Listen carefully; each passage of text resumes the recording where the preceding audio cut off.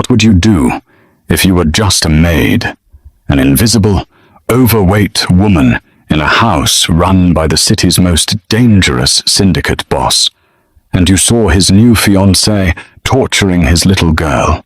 When Beatrice made that forbidden phone call, her hands shaking as she whispered, "Please come home now. She'll destroy her." She knew it could mean her death. But nothing could have prepared her for the moment. The front doors blew open, and he walked in. To survive in the Rossi estate, you had to be a ghost. For Beatrice Miller, being invisible was both a survival tactic and a physical impossibility. At 260 pounds, Beatrice was a woman who took up space in a world that demanded she shrink. Her standard black maid's uniform was tight across her broad shoulders, and the white apron strings bit into the soft, thick flesh of her waist. Her thighs chafed as she hurried down the endless, marble-floored corridors of the Chicago mansion, her breathing heavy. She was 28, soft-spoken, and painfully aware of every flaw, every drop of sweat that beaded on her forehead when she carried laundry up the grand staircase. But Beatrice had one advantage. People like Victoria Kensington didn't see her as a human being. They saw her as furniture. Victoria was Leo Rossi's new fiancée. She was a socialite with a waist the size of a diamond choker, platinum hair, and eyes as cold as the bottom of the Chicago River. She was moving into the estate, bringing her expensive silk baggage and her quiet, venomous cruelty. And then there was Leo Rossi. Leo was not a man you looked in the eye. As the head of the Rossi Syndicate, his business was blood, territory, and silence. He was a towering, broad-shouldered man with a sharp jawline covered in dark stubble, carrying an aura of such intense violence that the air seemed to leave the room when he entered. Yet beneath the terrifying exterior, there was one singular pulse of humanity left in him: his 6-year-old daughter, Lily. Lily was a frail, quiet child, deeply traumatized by the car bombing that had taken her mother's life 2 years prior. She rarely spoke, preferring to communicate through her crayon drawings, hiding behind the heavy velvet curtains of the estate. Beatrice loved that little girl fiercely. Because Beatrice was large and soft, Lily naturally gravitated to her, often burying her tiny face in Beatrice's plump side when the world became too loud. Beatrice would sneak Lily extra pieces of warm shortbread from the kitchen, sitting with her in the pantry, reading her stories while the violent business of the Mafia happened behind closed mahogany doors. But Victoria's arrival shifted the fragile ecosystem of the house. "Watch where you're going, you massive cow," Victoria hissed one afternoon, bumping into Beatrice in the hallway. Victoria brushed her pristine white blazer as if Beatrice's very presence had infected it. "I don't understand why Leo keeps someone of your proportions on the staff. It's aesthetically offensive." "I apologize, Miss Kensington," Beatrice murmured, bowing her head, her cheeks burning with hot, familiar shame. She pulled her arms tight around her stomach, trying to make herself smaller. Victoria sneered, but her attention quickly snapped to the doorway where little Lily stood, holding a stuffed rabbit. Victoria's eyes narrowed. The socialite hated the child. Lily was a reminder of Leo's past, a complication in Victoria's plan to control the Rossi Empire and its wealth. "And you," Victoria snapped at the little girl, her voice dropping to a terrifying whisper. "Stop staring at me with those pathetic, buggy eyes. Your father isn't here to coddle you right now." Lily flinched, shrinking back into the shadows. Beatrice's heart twisted. She wanted to step in, to shield the girl with her own large frame, but she was paralyzed by fear. If she lost this job, she had nothing. If she crossed Victoria, she might end up in the trunk of a car. When Leo was home, Victoria played the part of the perfect doting stepmother-to-be. She would stroke Lily's hair, though Beatrice noticed how Victoria's manicured nails dug into the child's scalp, and smile radiantly at Leo. Leo, exhausted from running a criminal empire and desperate for a mother figure for his broken daughter, seemed blind to the act. He saw what he wanted to see: a functional family. "Take care of my girls, Beatrice," Leo had rumbled in his deep, gravelly voice just 2 days before the incident. He was standing in the foyer, adjusting his expensive Italian coat. He looked at Beatrice, his dark eyes piercing right through her. "I rely on you to keep an eye on Lily." "Always, Mr. Rossi," Beatrice had promised, her voice trembling slightly under his intense gaze. She meant it, but she had no idea how severely that promise was about to be tested. The nightmare began on a Tuesday. Leo was summoned to Miami for a sit-down with a rival cartel faction. He was supposed to be gone for 48 hours.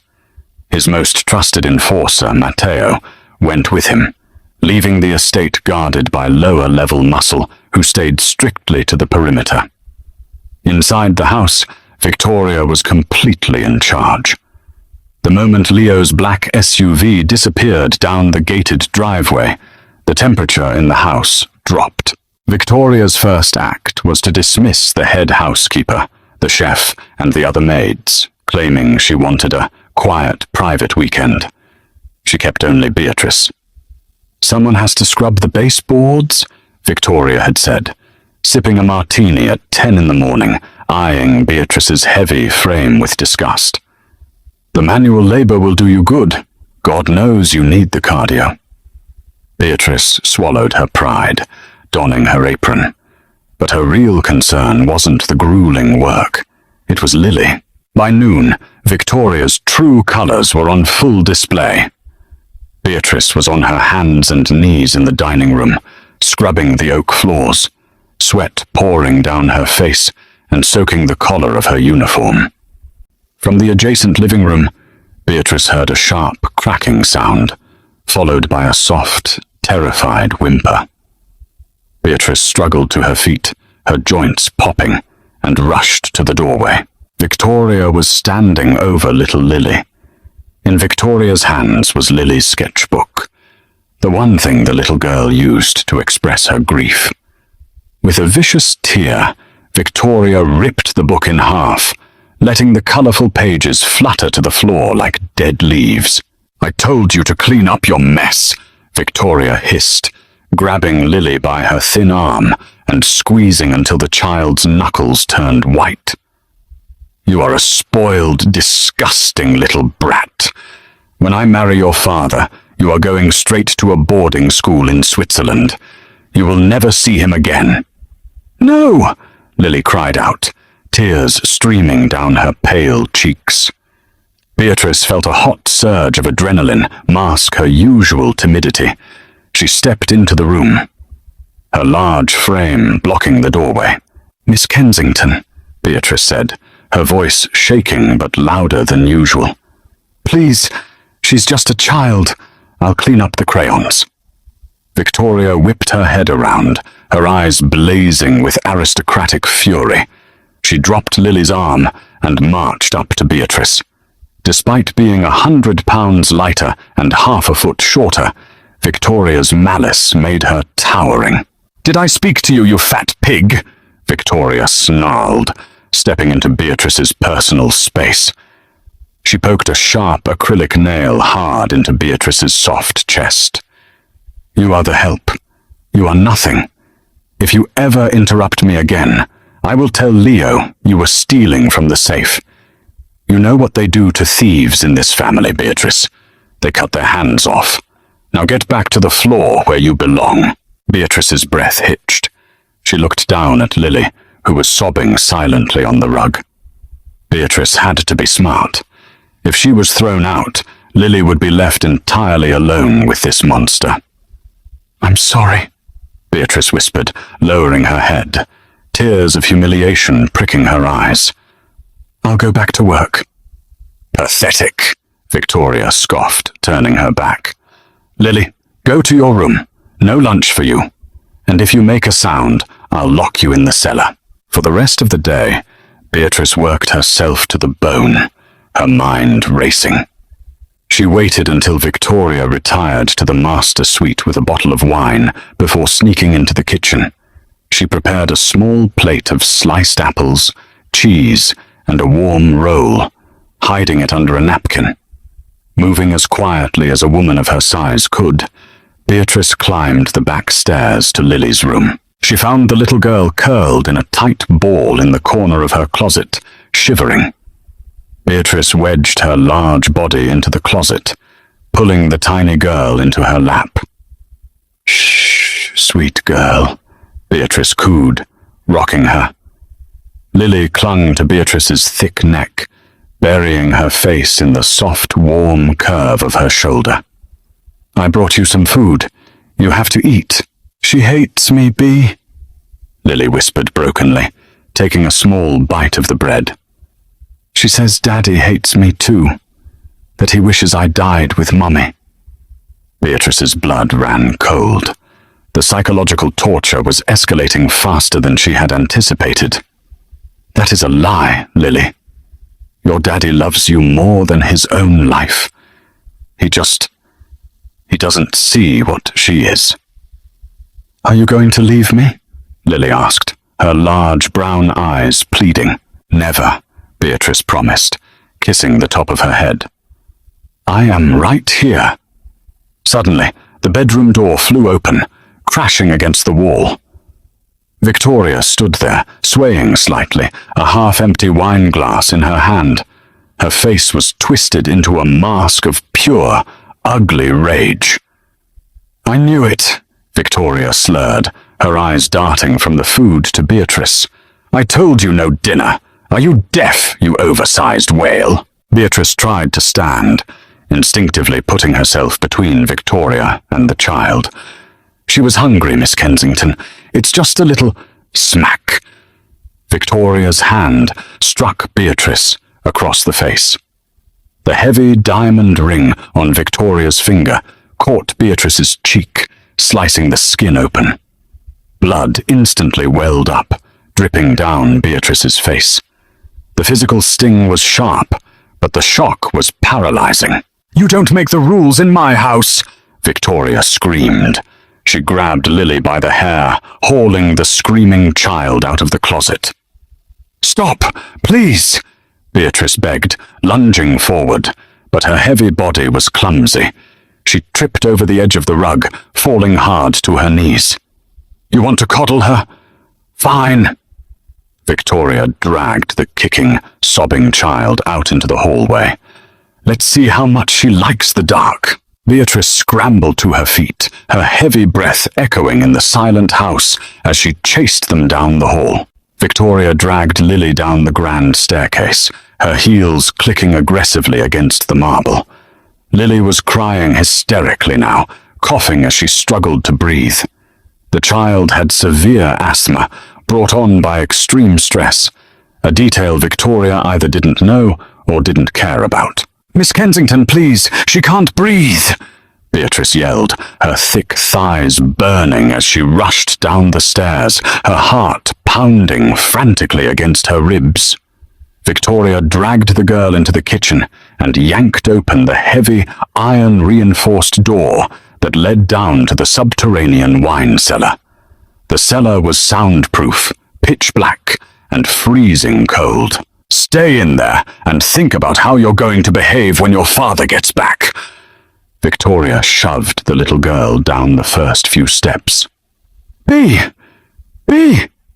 Lily screamed, coughing violently, her chest heaving.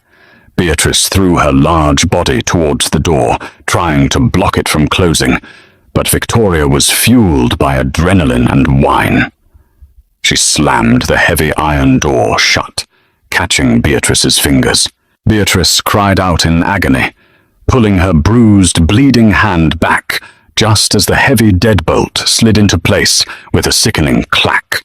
"There," Victoria dusted off her hands, looking at Beatrice with a triumphant, sadistic smirk. "She stays in there until morning. If you try to unlock it, or if you call the guards, I will tell Leo you attacked me. Look at you." Victoria pointed to Beatrice's bleeding cheek. "You're unstable. Who do you think he'll believe? His beautiful future wife, or a fat, pathetic maid who can't even tie her own shoes without breaking a sweat?" Victoria leaned in, her breath smelling of expensive vodka and malice. "You're fired. Pack your cheap bags and get out of my house before I have the guards throw you out."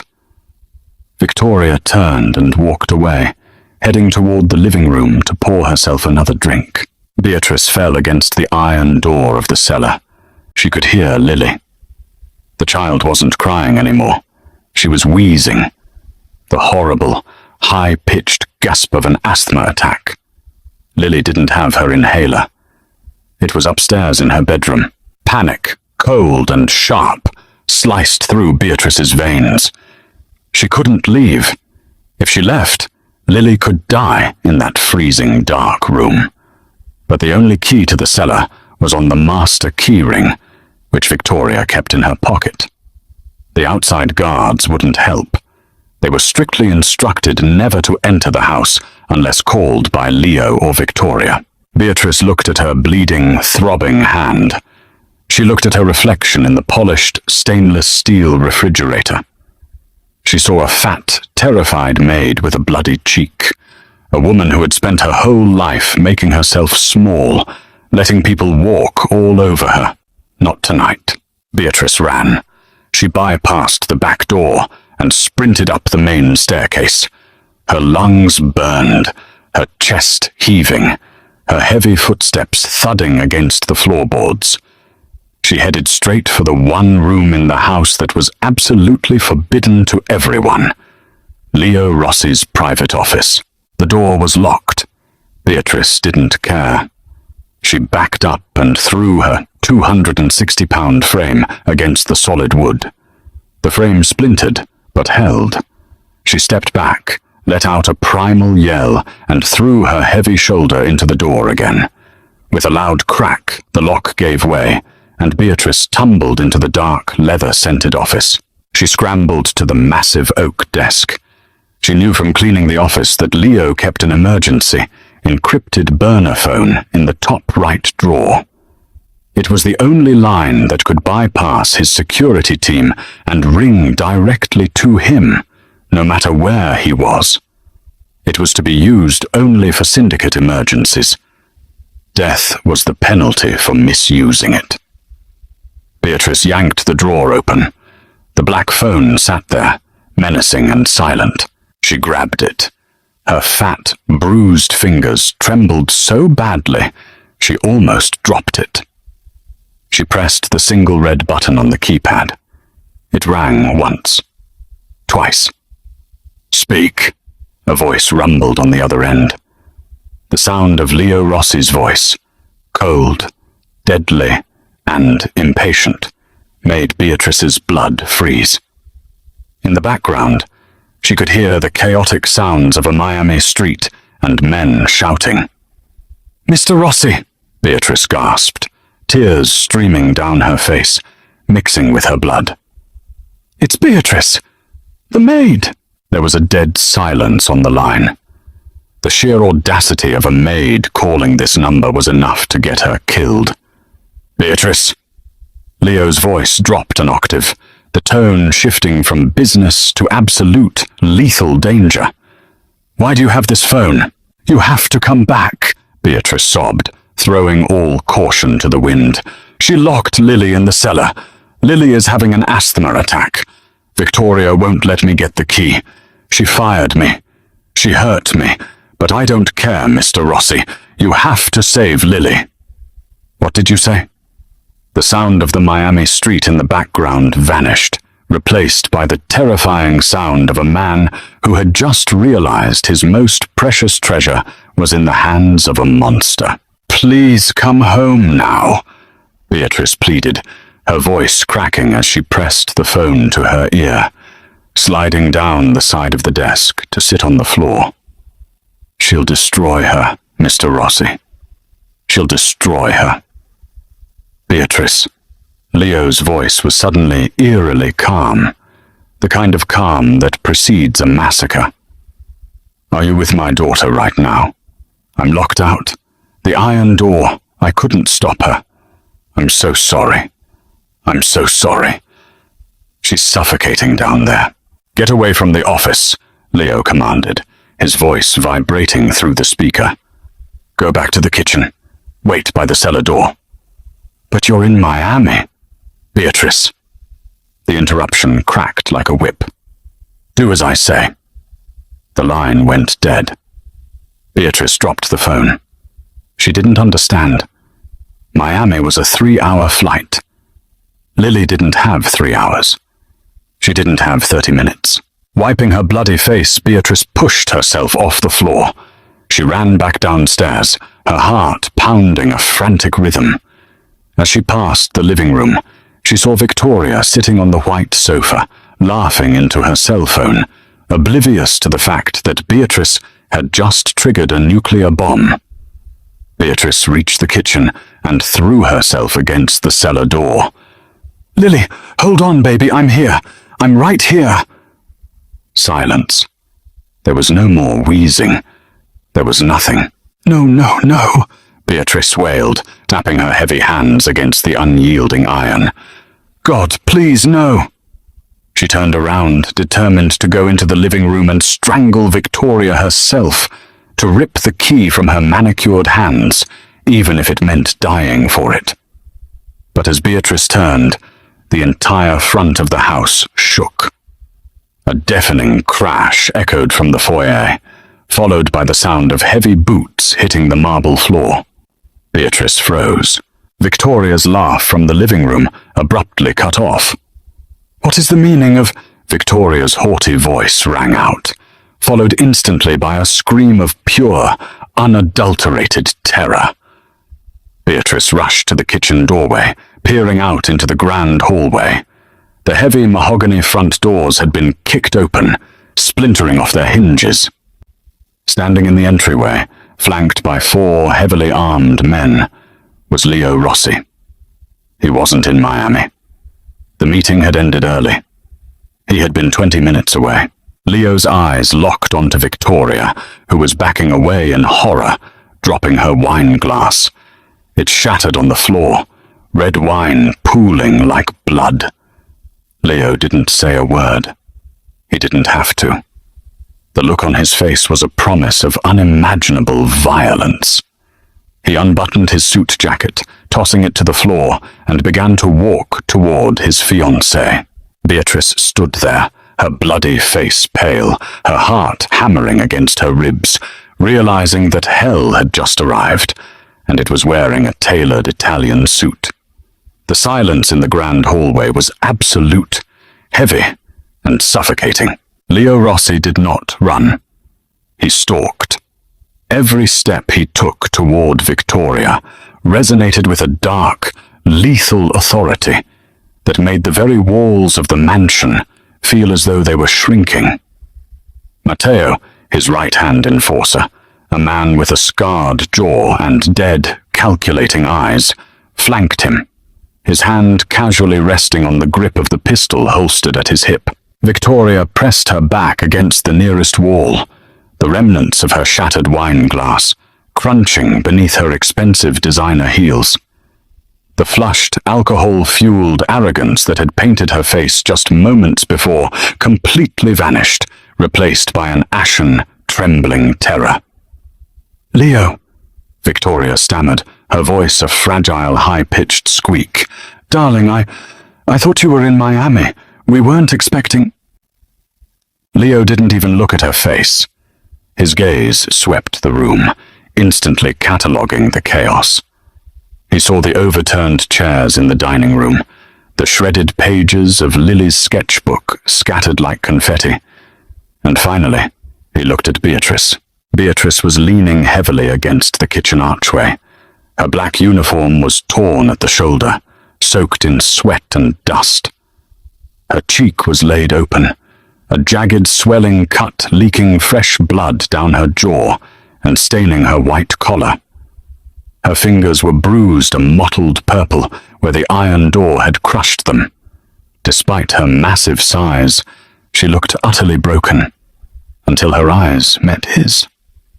In Beatrice's eyes, Leo saw the reflection of a fierce, desperate protector. "Where?" Leo's voice was a low, gravelly rasp that barely broke a whisper, yet it commanded the entire room. "The wine cellar," Beatrice gasped, pointing a shaking, swollen finger toward the heavy iron door in the kitchen. "She doesn't have her inhaler. She's not making any noise anymore, Mr. Rossi. Please." Leo's jaw clenched so hard the muscles ticked visibly beneath his stubble. He turned his attention back to Victoria. He didn't yell. He didn't raise his hand. He simply extended his open palm toward her. "The key," Leo demanded. Victoria shook her head frantically, tears of absolute panic welling in her eyes. "Leo, you don't understand. She was being a brat. She was disrespecting me, and this fat, insolent maid attacked me. I was only trying to discipline." "The key."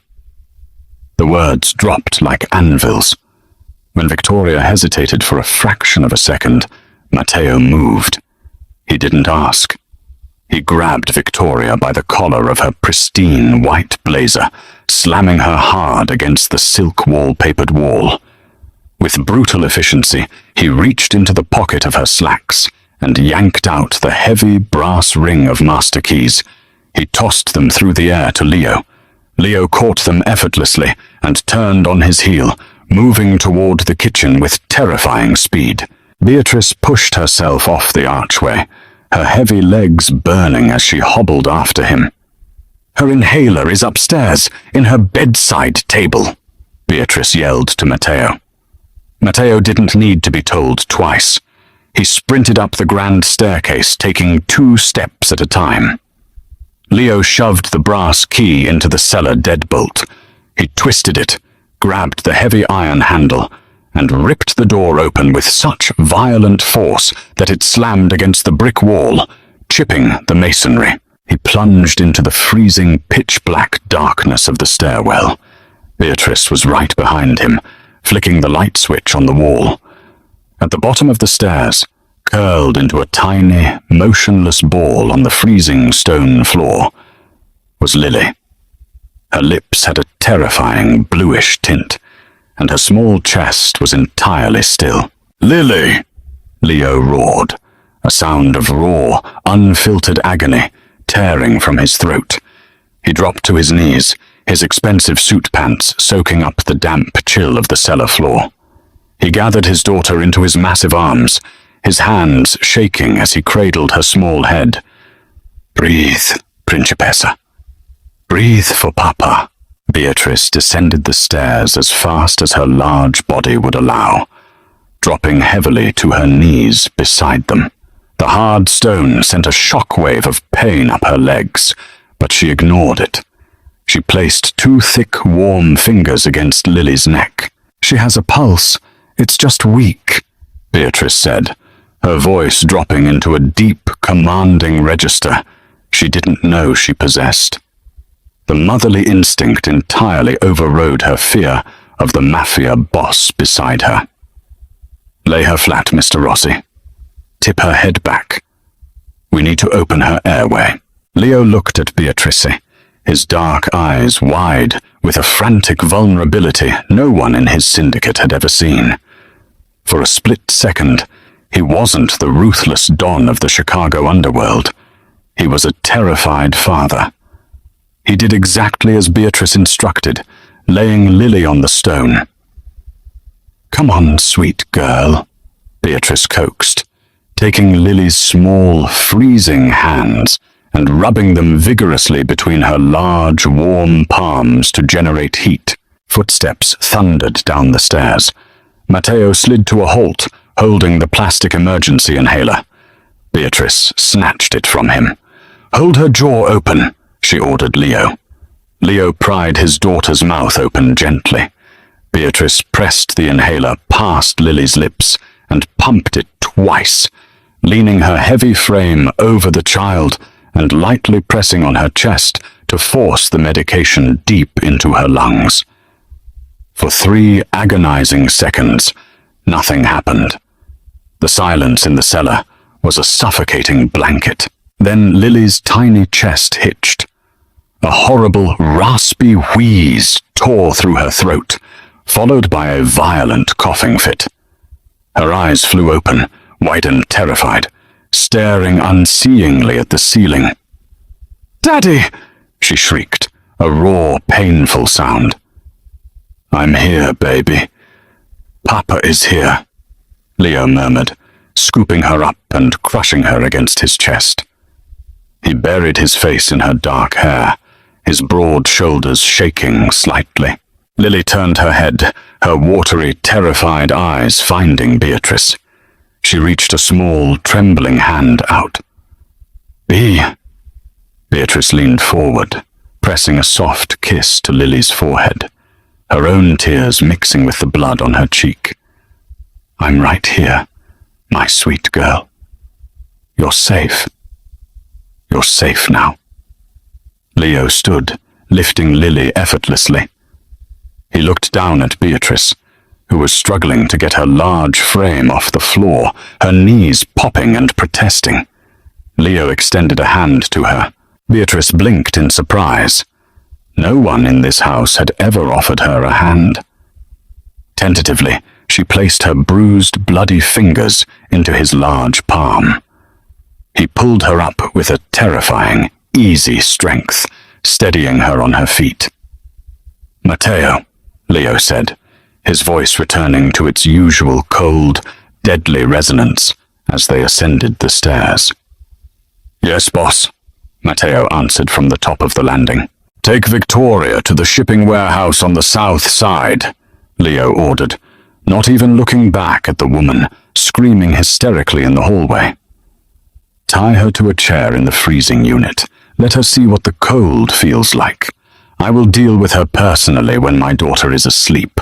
"No, Leo, please, I'm sorry. You can't do this to me. I'm a Kensington." Victoria's shrieks echoed through the mansion, followed by the sound of a scuffle, a sharp slap, and then the heavy thud of the front doors closing. The silence that followed was entirely different. It was the silence of a kingdom that had just been violently purged of its poison. 2 hours later, the estate was completely transformed.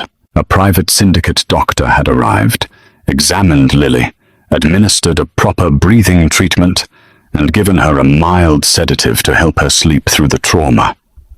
Leo had sat by her bed the entire time, his hand enveloping hers, his face an unreadable mask of stone. Beatrice had retreated to her small quarters off the kitchen. She washed the dried blood from her face, changed out of her torn uniform into a simple, oversized grey sweatshirt and loose sweatpants.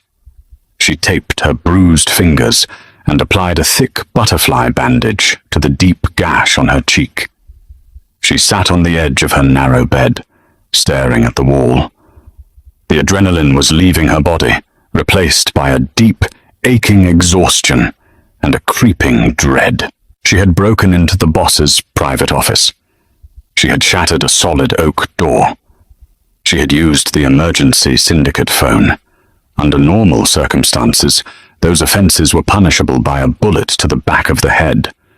Furthermore, she was a massive, clumsy maid who had failed to prevent the boss's fiancée from nearly killing his child. She was certain she was about to be fired, or worse, quietly disappeared. A soft knock on her door made her jump. "Beatrice," one of the guards said through the wood.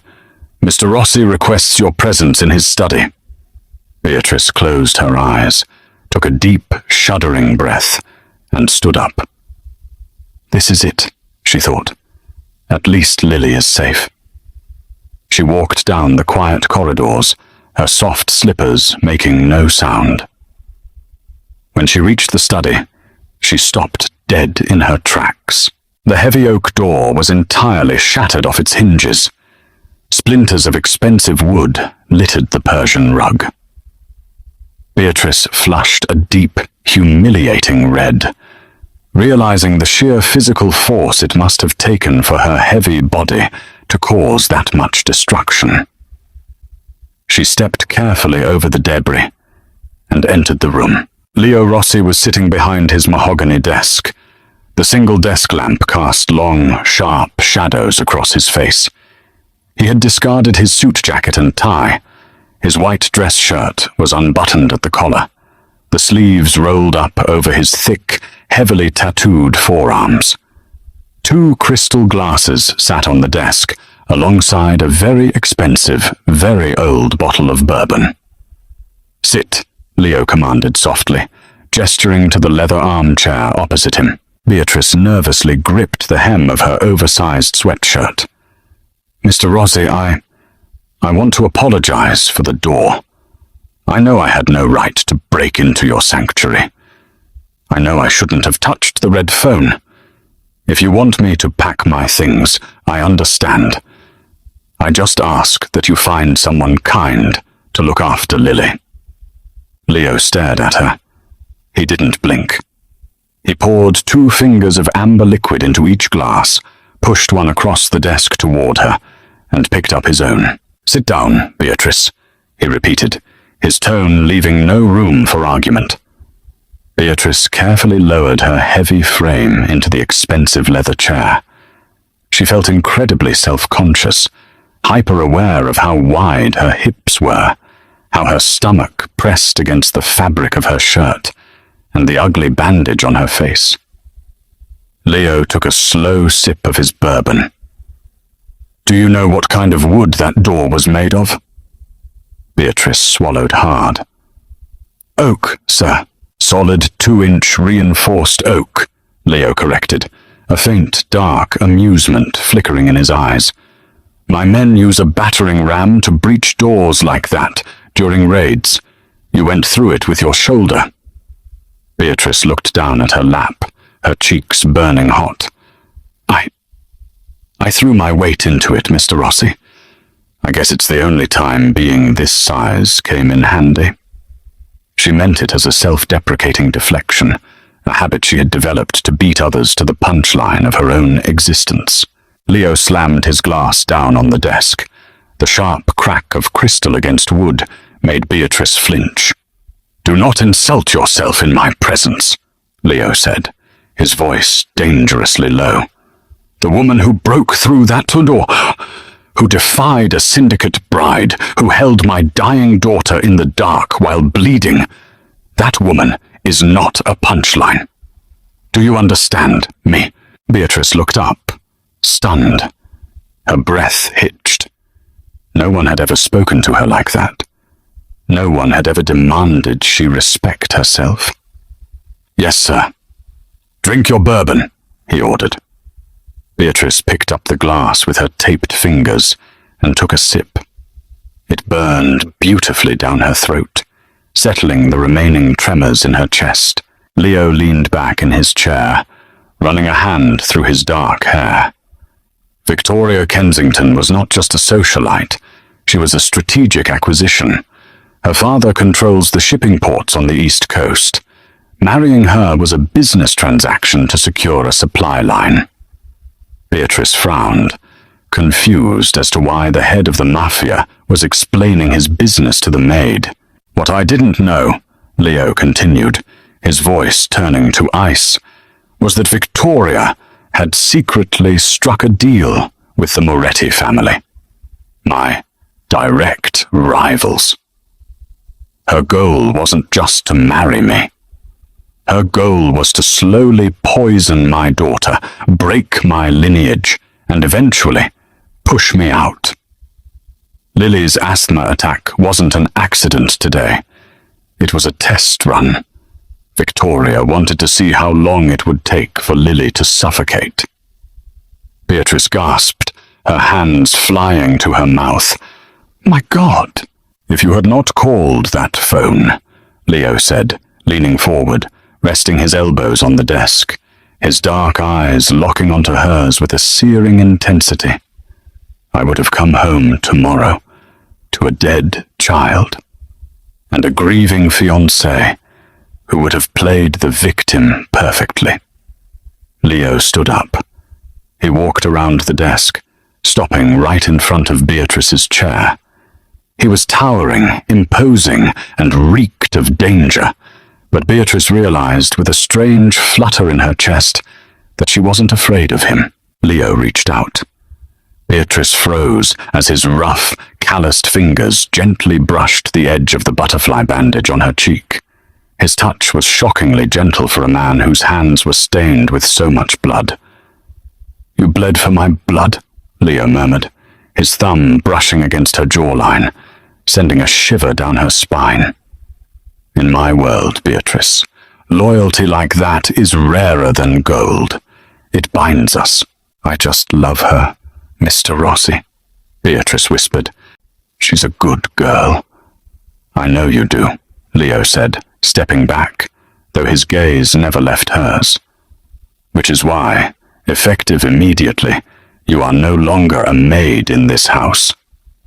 Beatrice's heart dropped into her stomach. "He's firing me anyway." "Mr. Rossi, please. You are going to be Lily's official guardian and head of the household staff," Leo interrupted, his tone final. "You will have a salary that matches a syndicate lieutenant. You will have a private suite on the second floor, next to Lily's, and you will never scrub another floor in this estate as long as you live." Beatrice sat in stunned silence.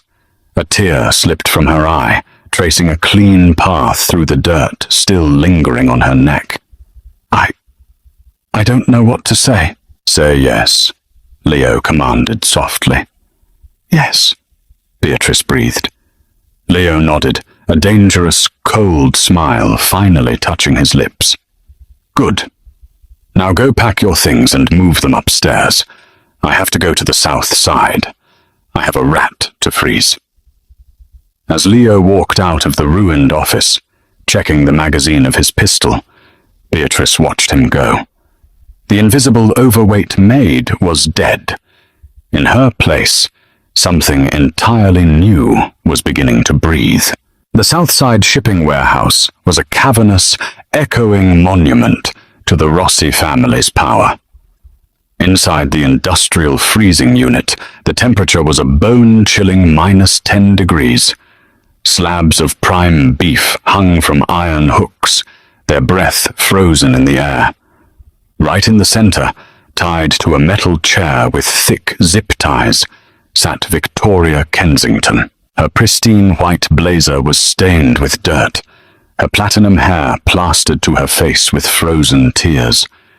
She was shivering so violently that her teeth chattered in a loud, rhythmic clatter.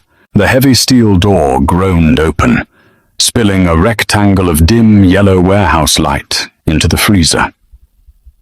Leo Rossi stepped inside, his breath pluming in the freezing air.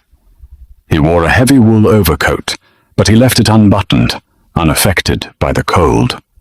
Matteo stood just outside the door, an assault rifle resting comfortably across his chest. "Leo," Victoria sobbed, her lips tinted a dangerous shade of blue. "Please, I'll give you whatever you want. My father will give you the ports." Leo walked slowly around her chair, his heavy boots crunching on the frost-covered floor. He didn't carry a weapon. He didn't need to. The sheer, suffocating menace he radiated was lethal enough.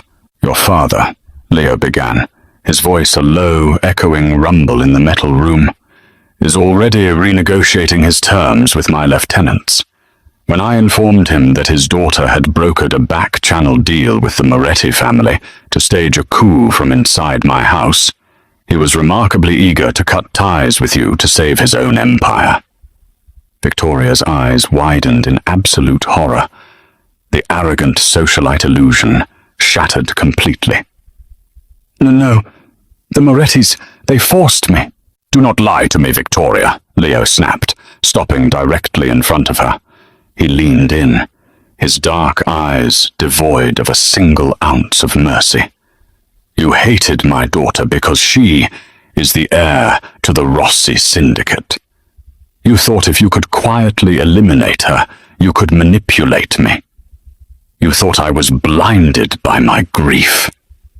He reached out and tapped a single, frozen tear on her cheek. "You underestimated me," Leo whispered. "But more importantly, you underestimated Beatrice. You thought because a woman carries weight, because she wears an apron and bows her head, that she has no spine. That maid has more courage in her bruised, bleeding fingers than you have in your entire aristocratic bloodline." "What are you going to do to me?" Victoria choked out. "I am a businessman," Leo said, straightening his coat. "The Moretti family is planning to breach my eastern perimeter tonight, expecting you to have deactivated the security grid. You are going to call Carlo Moretti. You are going to tell him the grid is down. And when his men walk into my trap, they will be slaughtered." "And then?" she wept. "And then," Leo turned and walked toward the steel door, "you stay in the freezer." While the grim reality of cartel warfare painted the warehouse in blood, a different kind of revolution was happening back at the Rossi estate. Beatrice stood in the center of the sprawling second-floor suite. The room was larger than the entire apartment she had grown up in. A massive king-sized bed with thick, plush-down comforters dominated the space. A marble fireplace crackled warmly in the corner, and the ensuite bathroom featured a soaking tub that looked deep enough to swim in. She had just finished showering, washing the dried blood and the suffocating smell of the wine cellar off her skin. She had found a set of luxurious, deep burgundy silk pajamas in the closet. They were a size 2X, a detail that made her heart skip a beat. Leo Rossi had not just given her a room. He had ordered his staff to stock it with clothes perfectly tailored to her large frame. For the first time in her life, Beatrice didn't feel the harsh, pinching restriction of a uniform. The silk glided over the thick curves of her hips and draped elegantly across her heavy breasts. She looked in the full-length mirror. She still saw her broad shoulders, her soft stomach, and the jagged butterfly bandage on her cheek. But there was something different in her eyes. The terrified, shrinking wallflower was gone. A soft knock came from the adjoining door. Beatrice opened it to find Lily standing there in her nightgown, clutching her stuffed rabbit. "Bea, I had a bad dream," the little girl whispered, her huge brown eyes seeking comfort. "Come here, my sweet girl," Beatrice said, opening her arms. Lily ran toward her, burying her face in Beatrice's soft, warm stomach. Beatrice scooped the child up, marveling at how light she felt, and carried her to the massive bed. They climbed under the heavy covers. Beatrice wrapped her large, protective arms around the fragile girl, pulling her tight against her chest. Within minutes, the steady, rhythmic rise and fall of Beatrice's breathing lulled Lily back into a deep, peaceful sleep. It was 4 a.m. when the bedroom door quietly clicked open. Beatrice opened her eyes. Framed in the doorway was Leo. He looked exhausted.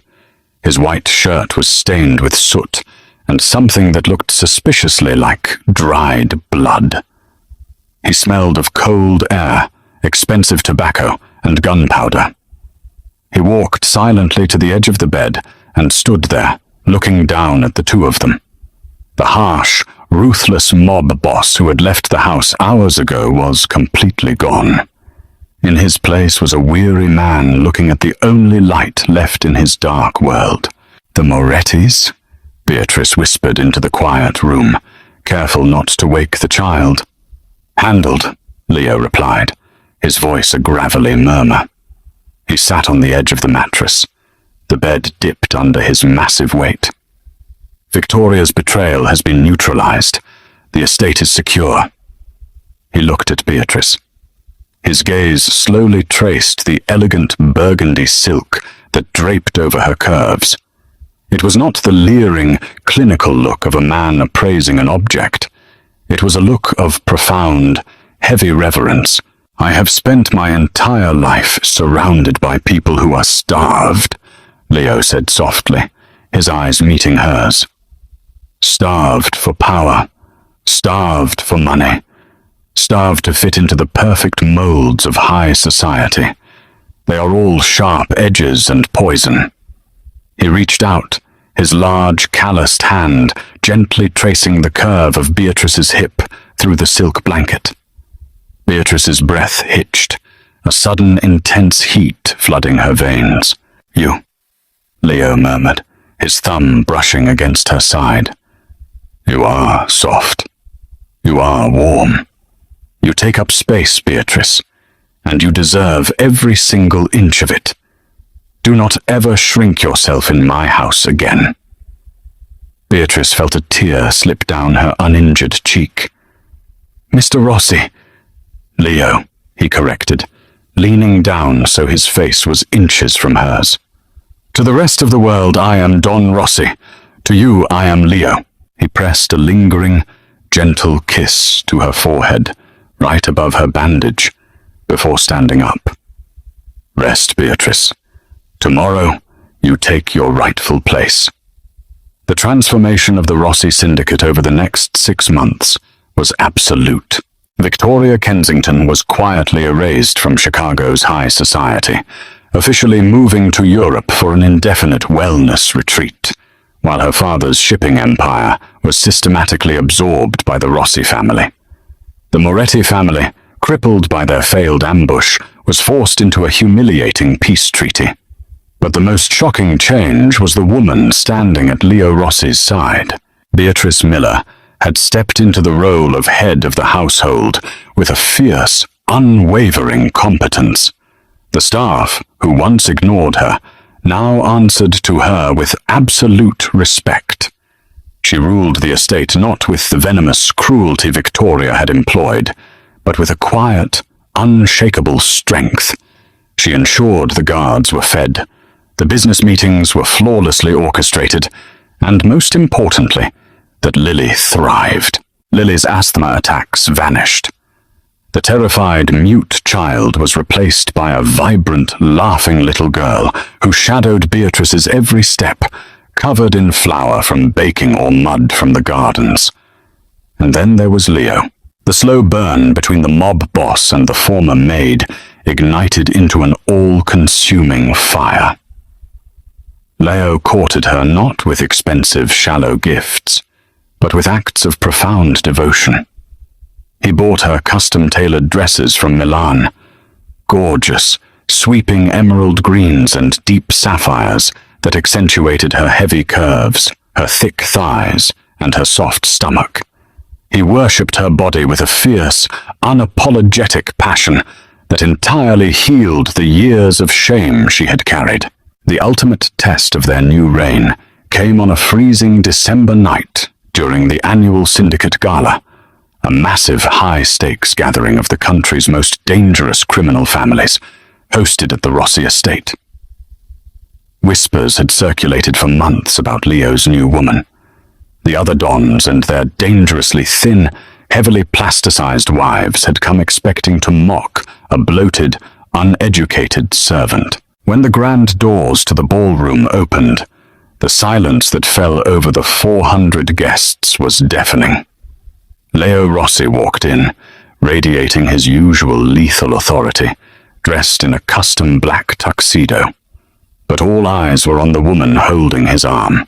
Beatrice looked like a goddess of war and wealth. She wore a stunning, off-the-shoulder velvet gown in midnight black that hugged her generous curves perfectly.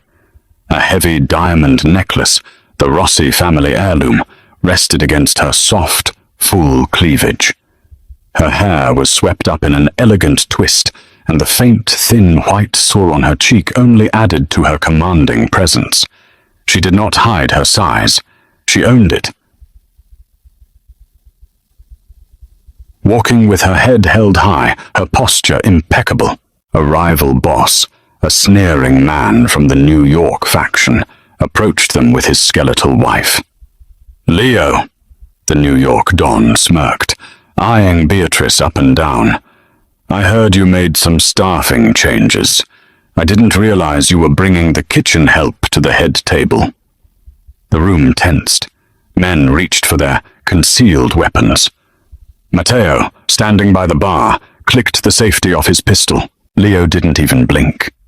He didn't have to defend her, because Beatrice simply smiled. It was a terrifyingly calm, polite smile that completely disarmed the room. "We did make changes, Don Falcone," Beatrice said, her voice smooth, loud, and echoing with absolute confidence. "We found that the previous management was lacking in both loyalty and survival instincts. I suggest you mind your own house before you find your own foundation crumbling under the weight of your arrogance. I'd hate for you to suffer an unexpected freeze to your assets." The reference to Victoria's icy demise was a clear, unmistakable threat. It was delivered with such flawless, aristocratic menace that the New York don't face drained of color. He swallowed hard, bowed his head slightly, and backed away. Leo looked down at Beatrice, a terrifyingly proud smirk playing on his lips. He pulled her flush against his side, his large hand resting possessively on the soft, thick curve of her waist. "Have I told you how breathtaking you are tonight, Mia Regina?" Leo murmured, kissing the side of her neck, right in front of the entire underworld. "You might have mentioned it," Beatrice smiled, her heart soaring as she looked across the room to see Lily waving at her from the balcony, safe under heavy guard. Beatrice Miller had started as a ghost, an invisible, overweight maid who was meant to scrub floors and absorb the world's cruelty.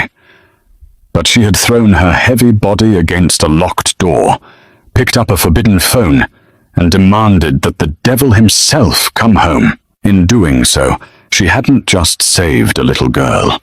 She had conquered a king, dismantled a cartel, and claimed her throne. And as she raised a crystal glass of champagne to the room of dangerous men who now feared her, Beatrice knew she would never, ever shrink again. Did you love this intense, pulse-pounding mafia romance story?